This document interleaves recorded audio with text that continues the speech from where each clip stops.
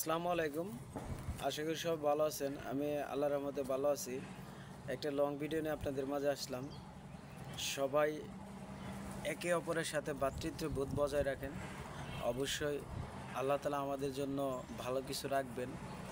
একে অপরের সাথে যদি আমাদের ভ্রাতৃত্ববোধ থাকে তাহলে অবশ্যই আমরা ভালো থাকতে পারবো। সবাই একে অপরের পাশে থাকেন, একে অপরের পাশে থেকে নতুনভাবে উদ্দীপনা শুরু করেন। সবাই আমরা যেন সঠিকভাবে কাজ করতে পারি। ইনশাল্লাহ 2025 সালে ফেসবুক থেকে যেন আমরা একটা ভালো একটা প্ল্যাটফর্ম তৈরি করতে পারি, আমাদের জন্য যেন একটা ভালো একটা প্ল্যাটফর্ম তৈরি করতে পারি। আজকে সকালে আমার সাথে যে ঘটনাটা ঘটেছে আমি বোঝাতে পারবো না, আমি আপনাদেরকে বলে বোঝাতে পারবো না যে কী ঘটনাটা ঘটেছে আমার সাথে। এতটা খারাপ একটা ঘটনা ঘটেছে মানে আমি বুঝতে পারিনি। আমি অফিসে যাওয়ার সময় মানে সকাল 8টার দিকে অফিসে যাচ্ছিলাম। অফিসে যাওয়ার সময় আমি সাধারণত পায়ে হেঁটে অফিসে যাই, মানে গাড়িতে খুব কম যাই, পায়ে হেঁটার চেষ্টা করি। মানে অফিস থেকে পায়ে হেঁটে যাওয়ার জন্য সবসময় চেষ্টা করি যে পায়ে হেঁটে যাব অফিসে।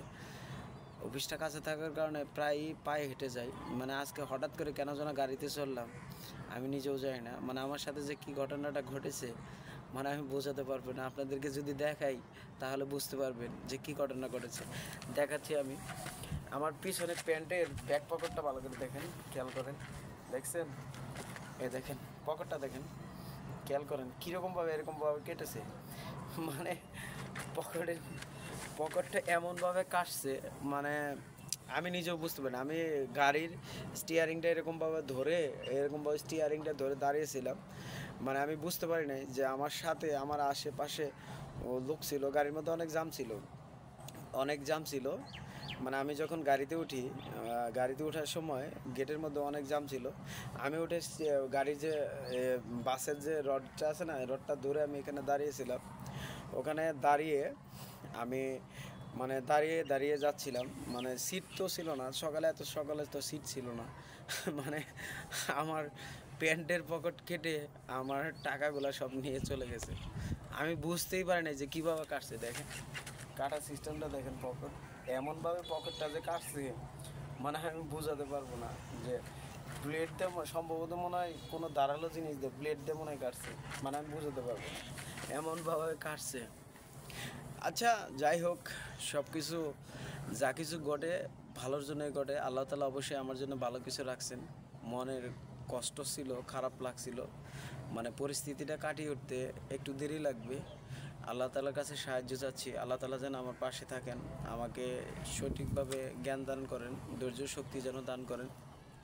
সবাই একটু সতর্ক থাকবেন গাড়িতে ওঠার সময়। সবাই একটু সতর্ক থাকবেন সব সময়। বর্তমান পরিস্থিতিটা খুবই খারাপ। আমি মনে করি যে যারাই গাড়িতে চলাফেরা করেন, ম্যাক্সিমাম আমরা যারা আছি সবাই কিন্তু গাড়িতেই চলাফেরা করি, বাসে চলাফেরা করার সময় সবসময় সতর্ক থাকবেন। টাকা পয়সা সবসময় ভালোভাবে রাখবেন, সবসময় সতর্ক থাকবেন।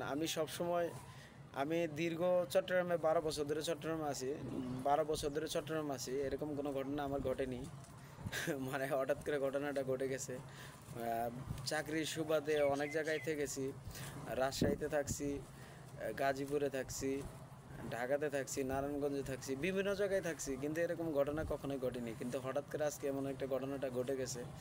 যাক, যা হোক, আল্লাহ ভালোর জন্যই সব কিছু করে।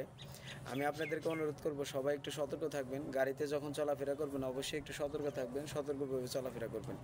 সবার প্রতি অনেক ভালোবাসা রইল সবার প্রতি অনেক অনেক ভালোবাসা। নতুন পুরাতন বুঝি না, আমি কোনো কিছুই বুঝি না। আমি সবাইকে সাপোর্ট করে যাই। সবার প্রতি অনেক ভালোবাসা রইল। আশা করি সবাই ভালো থাকবেন। আসসালামু আলাইকুম।